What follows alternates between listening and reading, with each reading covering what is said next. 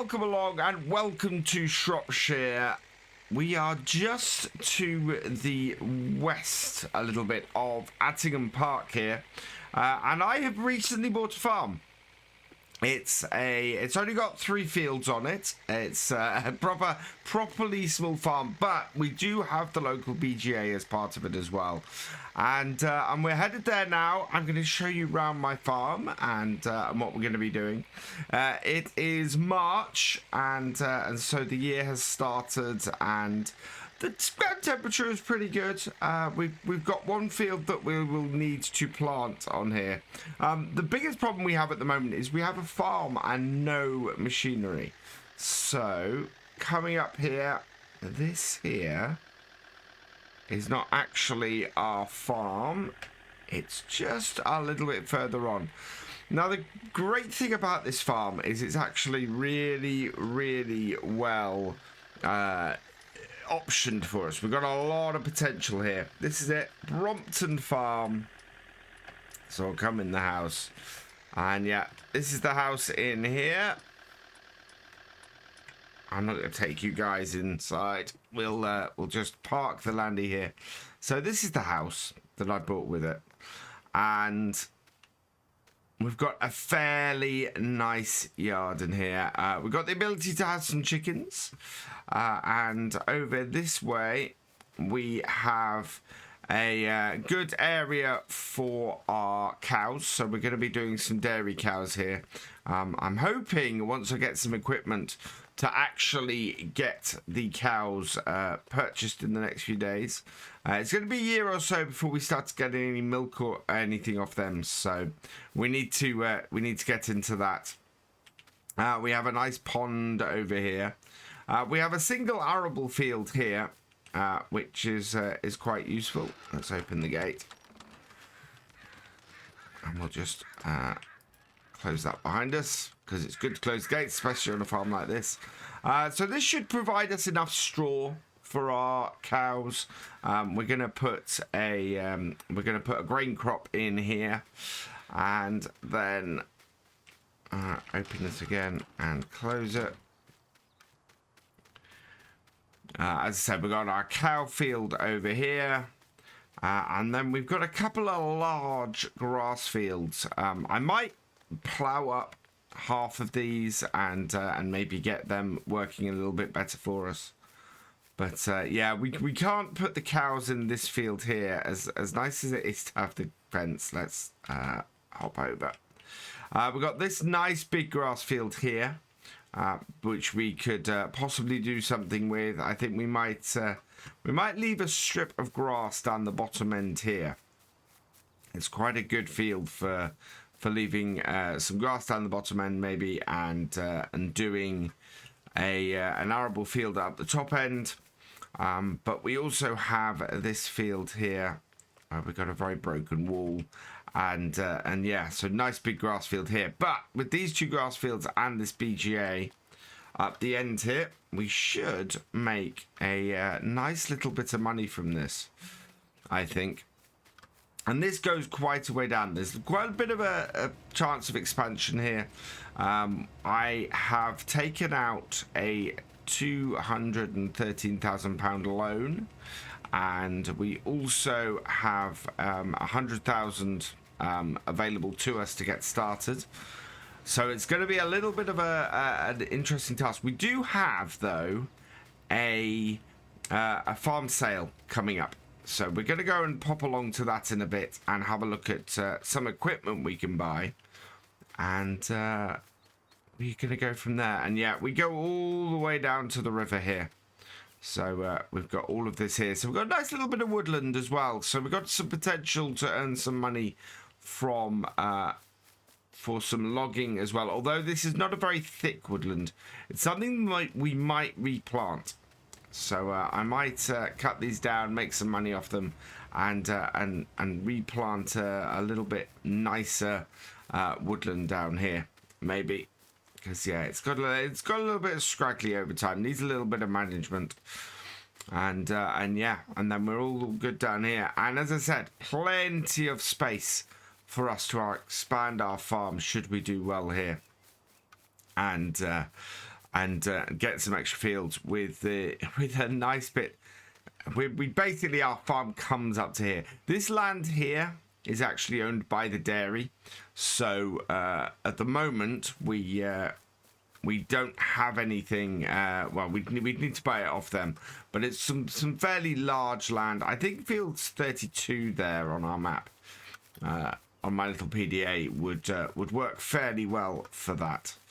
So we are going to head back up to the farm, and I want to take you guys down to the farm sale, and we can have a look at the options we've got for the farm here, and exactly what we might get for it. So back down to the house, and we'll just walk around here and jump in the landy, and then we can back this round. I might reconfigure my yard a little bit. It's not the greatest way of this road working, and I think we can put a little bit of gravel in and make that work a little bit better for us. Our yard goes all the way over here, so we've got quite a nice large yard on our farm here, going all the way round here. Yeah, and down the side of the cows area down here. It should. I think this will be quite a nice little farm for us. It should work out quite well. I want to turn around and head back because we need to get back onto the road. Around this way. And where we're headed is down here. Now, being able to give a little bit of preview for this. So we're going there a little bit before the actual sale starts, but I want to have a look around the machinery and things, and being the next farm over, they've been very accommodating as far as that goes. Now the farm sale is taking place at the next farm over, which is quite a large dairy farm.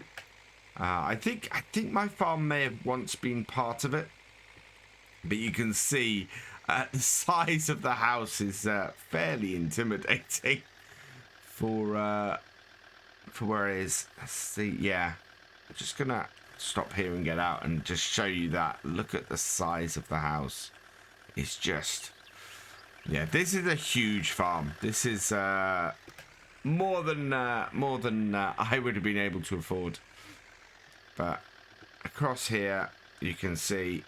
So this is Crossfields Dairy, is the name of this farm. And I'm just going to park up here. There will be other people coming later. They've moved the cows out for this sale today, so as not to disrupt them. And yeah, this is a field that they have. But this is the range of equipment that we have available to us. I'm going to start looking at the tractors. So there's a Massey Ferguson 8140. There's a John Deere 7710, a Case International 7110, and a JCB Fast Track 150. Now these are all around about 150 horsepower tractors, I think, and they've all got a little bit of age on them. You can see that they've got some paint scraped off in various places. This John Deere is looking remarkably good though for its age. I think they've all got about, they've also got hours on them as well. I mean, they've got 50, 60 hours on them roughly. And yeah, all seem to be in pretty good nick otherwise. Looking quite nice. Yeah, there's a little bit of, you can see the wear on them, but they've all been fairly well looked after. Now, if I remember my catalogue correctly, the JCB is the cheapest of these, coming in at about 41,000, and the most expensive is the Case, coming in at about 59. Oh, actually no, the Massey I think is the cheapest. I think this might be as low as 39,000, but it has got a huge number of hours on it. It's got the most hours of all these tractors on it. So yeah, there's an interesting choice here. If we're looking to save a lot of money, then the Massey might be the way to go. Otherwise, I'm quite interested in the Case. But as I said, I think the Case is somewhere around 59,000, so it'd be the most expensive choice here. Then we've got a couple of plows. We got a Podinger plow, a Servo 35S available to us, and a Lemkin Very Opal 7. What else we got? An Agromass plow here. So again, these are none of this equipment here is brand new. It's all got hours on it. It's all been used. Couple of 3.5 meter cultivators, I think, on this, which is good. Yeah, a Lemkin Crystal. A couple of telehandlers. So there's choice between the Merlot, Turbo Farmer P417, and a JCB here. I could actually, between the tractor and the this Lodal, we could have I could go for a full JCB farm. We've got Bailey trailer, so trailer choices again. These all hold about 15,000 litres. Marston, a Kane, and a Bailey are on offer here. I have a feeling the Bailey might be the cheapest option from those. A couple of sprayers. This one might be a little bit overkill for what we have. Although I want to do some contracting work around to get some extra money in. So having this coon might be good, but the Amazon would work as well. So either way would be good there. Cavernaland, Cedar, quite a good one, an Amazon one. Yeah. So these are cedars, not planters. So these would only do would only be able to do our grain crops, I think, and then a Combine Sierra 4000. Now the beautiful thing of this, does this detach? I don't think it does actually. Yeah, no, that's an all-in-one. So all of those are direct seeders as well. So all of those don't require a cultivator. So we could possibly save a little bit of money by not having to buy a cultivator. Although, it does mean we wouldn't have any cultivating contracts we could do, which is kind of the point. We have a choice here between, so we can get these class forage wagon, a crone forage wagon. There are some balers up the far end as well, which I think would be a choice. We've got a few fairly nice mowers here. A New Holland Discbine, GMD 4411, a Cavernaland. That's a nice one. That would be a nice mower. But yeah, we've got some choices here on the mowers. Only Tedder here is as a Vicon Fanex 604. A couple of nice windrowers though. A top 612C and a GA 9531. Again, a little bit of wear on that one, I can see. Not so much on that, so that's quite good. Got a nice choice of balers here. So we've got Class Roland 250 roll cut, a Case 8575 square baler, and a New Holland D800. I quite like the look of that. That's not too old as well. Oh no, actually that number plate is is probably off a tractor that it was on. We're going to need an animal trailer, so there is there's a Betamax here.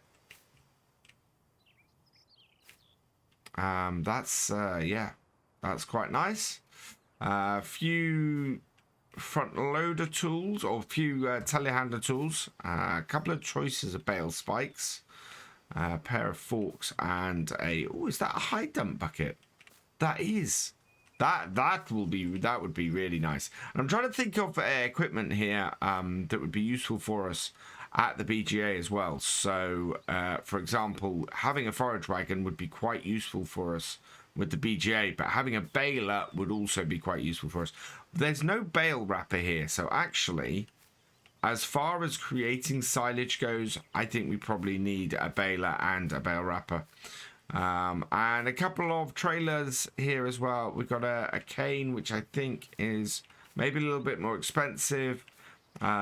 Is a little bit shorter than the Marston here.